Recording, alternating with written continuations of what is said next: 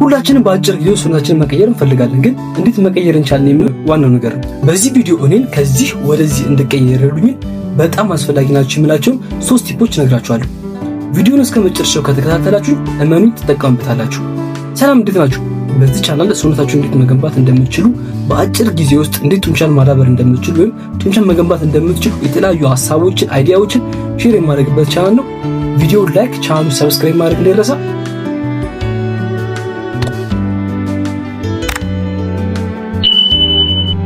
አንደኛ ማድረግ ያለባችሁ ነገር አመጋገባችሁ ላይ በደንብ ፎከስ አድርጉ። ይህን ስል ጂም ቤት ውስጥ ለረጅም ሰዓት መቆየት ወይም ለረጅም ሰዓት ኤክሰርሳይዝ ማድረግ ጡንቻችን እንዲገነባ ያደርጋል። ለረጅም ሰዓት ጂም ቤት ውስጥ ከምንቆይም ለረጅም ሰዓት ኤክሰርሳይዝ ከምናደርግ ትንሽ ኤክሰርሳይዝም ሰርተን ቢሆን አሪፍ ምግብ መመገብ ከቻለን ሰውነታችንን መገንባት ይቻላል ማለት። ስለዚህ አመጋገባችሁ ላይ በደንብ ፎከስ አድርጉ ማለት። ሁለተኛውና በጣም አስፈላጊ ነው ደግሞ እረፍት መውሰድ። አዎ እረፍት ውሰዱ።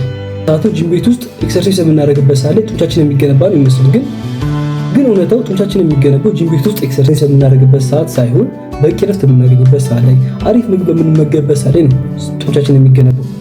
ጂም ቤት ውስጥ ኤክሰርሳይዝ የምናደርግበት ሰዓት ላይ መስላችን እየተሳበረ ወይም ብሬኪንግ ዳውን እየሆነ ነው የሚሄደው። ስለዚህ ያ የተሳበረው መስል አሪፍ ረፍትና አሪፍ ምግብ ሲያገኝ ነው ጡንቻችን መገንባት የሚችለው። ስለዚህ ጂም ቤት ውስጥ ለረጅም ሰዓት ኤክሰርሳይዝ ማድረግ ታችሁ ወይም ጂም ቤት መቆየቱን ሳይሆን ረፍት ማድረጉ ላይ አሪፍ ምግብ መመገቡ ላይ በደንብ ፎከስ ብታደርጉ ሰውነታችሁ ላይ በአጭር ጊዜ ውስጥ ለውጥ ማየት ይቻላችሁ ማለት ነው።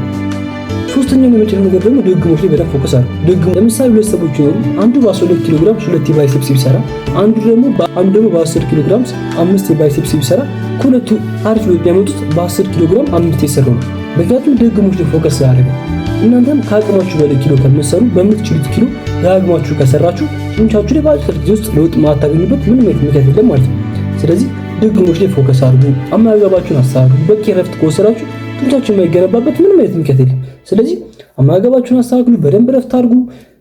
እንዳልኳችሁ ድግሞች ላይ በደንብ ፎከስ አድርጉ። እነዚህ 3 መስፈርቶች ከተከተላችሁ እመኑኝ በአጭር ጊዜ ውስጥ አሪፍ ለውጥ ሰውነታችሁ ላይ ታያላችሁ ማለት ነው። ዛሬ የነበረኝ ሐሳብ ይሄ ነው። በቀጣይ ቪዲዮ እስከምንገናኝ ደህና ሰንብቱ። ቪዲዮውን ከተመቻችሁ ላይክ፣ ቻናሉን ሰብስክራይብ ማድረግ እንዳይረሳ። ደህና